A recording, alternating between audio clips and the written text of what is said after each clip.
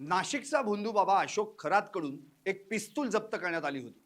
31 कारतुसं होती, त्यातले 5 फायर झाले.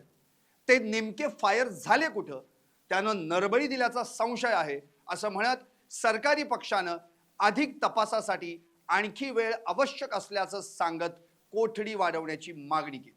त्यावर सरकारी पक्षाचा युक्तिवाद ग्राह्य मानून न्यायालयानं अशोक खरातला आणखी 5 दिवसांची म्हणजेच 29 मार्च पर्यंत पोलीस कोठडी सुनावली. भोंदू बाबा खरातची पोलीस कोठडी संपल्यानंतर आज त्याला न्यायालयात हजर करण्यात आलं. काय घडलं न्यायालयात, सरकारी पक्ष आणि बचाव पक्षानं काय केला युक्तिवाद आणि अशोक खरात यावेळी काय म्हणाला, पाहूयात यावरचा स्पेशल रिपोर्ट. एक पिस्तूल 5 नरबळी, बसले ना ऐकून दातखिळी. सध्या महाराष्ट्रभर गाजत असलेल्या लैंगिक अत्याचार प्रकरणातला आरोपी अशोक खरात याला कोठडीची मुदत संपल्यानंतर जिल्हा रुग्णालयात वैद्यकीय तपासणी करून दुपारी कडेकोट पोलीस बंदोबस्तात कोर्टात हजर करण्यात आलं. संवेदनशील प्रकरण असल्यानं कोर्ट परिसरात मोठ्या प्रमाणात पोलीस बंदोबस्त तैनात करण्यात आला होता. सुनावणी पाहण्यासाठी वकिलांनी देखील मोठी गर्दी केली होती. सुनावणी दरम्यान SIT अधिकारी किरण कुमार सूर्यवंशी यांनी अनेक धक्कादायक खुलासे केले. आरोपी महिलांना खडे पेढे देऊन आणि पाण्यात काहीतरी पदार्थ मिसळून त्यांना अस्वस्थ करत होता आणि त्यांना अस्वस्थ वाटू लागल्यानंतर तो त्यांचं शोषण करत होता. त्यानंतर सरकारी वकिलांनी पोलीस तपासात त्याच्याकडून काय काय हस्तगत करण्यात आलं याची जंत्रीच वाचली. 6,53,000ची रोकड, लॅपटॉप, राजमुद्रा असलेलं काळ्या रंगाचं रिव्हॉल्व्हर आदी साहित्य जप्त करण्यात आलंय. 31 कारतुसं होती, त्यातले 5 राऊंड फायर झालेत. ते नेमके फायर झालेत कुठं, त्यामुळं त्यानं नरबळी दिल्याचा संशय आहे. आरोपी 67 वर्षांचा आणि तो 30 वर्षांच्या तरुणीचं लैंगिक शोषण करत होता. यावरून त्याची मानसिकता काय हे लक्षात येतं असं सरकारी वकिलांनी न्यायालयाच्या निदर्शनास आणून दिलं. अशोक खरात स्वतःला सिद्ध पुरुष सांगत लोकांची फसवणूक करत होता असा आरोपही त्याच्या विरुद्ध करण्यात आला. साप, वाघ यांचा वापर करून भीती दाखवत होता. कस्तुरी सारख्या वस्तूंचा वापर करून त्याच्याकडून वन्यजीव कायद्याचंही उल्लंघन झाल्याचा या ठिकाणी उल्लेख करण्यात आला.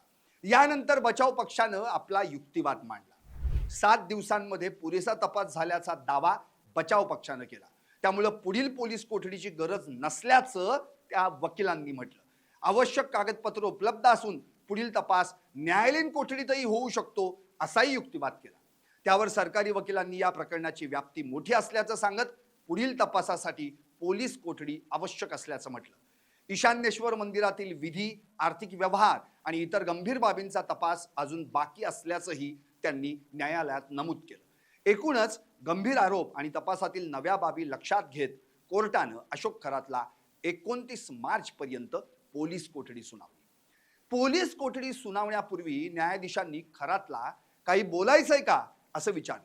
त्यावर अशोक खरात म्हणाला, मला साप, वाघ याविषयी काहीही माहिती नाही. मी हे पहिल्यांदाच ऐकतोय. मंदिरात कधीतरी जायचो, त्यावेळी 100च्या आसपास लोक असायचे. शिवरात्र, श्रावणी सोमवार अशा वेळी मी जायचो. 5 दिवसांच्या कोठडीत जे प्रश्न विचारले त्या सर्वांची उत्तरं मी दिली आहेत. मला साप, वाघ याबद्दल काहीच माहिती नाही. या अशोक खरातनं जे काही उद्योग केलेत त्या अख्ख्या महाराष्ट्रासमोर आलेत. पोलीस तपासात पूर्वी 58 व्हिडिओ, आता ते 100हून जास्त झालेत. एकीकडे 2000 महिलांवर अत्याचार केल्याचं देखील आता बोललं जात आहे. खडे, पेढे, मध, चिंचुके असं काही देऊन यानं अनेक जणांना लुबाडलंय आणि आता तर थेट 5 नरबळी दिल्याचा संशय आहे. न्यायालयानं 29 मार्च पर्यंत त्याची पोलीस कोठडी वाढवली आहे खरी, पण ते 5 बळी कुणाचे हा प्रश्न आता महाराष्ट्रासमोर उभा राहिला आहे. म्हणूनच म्हणतोय, एक पिस्तूल 5 नरबळी, बसले ना ऐकून दातखिळी. पाहत रहा LS मराठी.